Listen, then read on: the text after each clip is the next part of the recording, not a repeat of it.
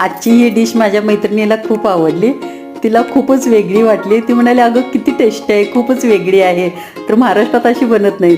तर ही डिशच नॉर्थ इंडियाची आहे आणि करायला खूप सोपी आहे. त्यामध्ये काय थोडे मसाले आहेत ते थोडेसे वेगळे आहेत. तर त्यासाठी दही आणि बेसन मिक्सरला लावून घेतलं आणि त्यामध्ये थोडे मसाले घातले मी, जसं जिरेपूड, धनेपूड आणि लाल तिखट 1 चमचा घातला आणि फोडणी आपली नेहमीप्रमाणे घातली.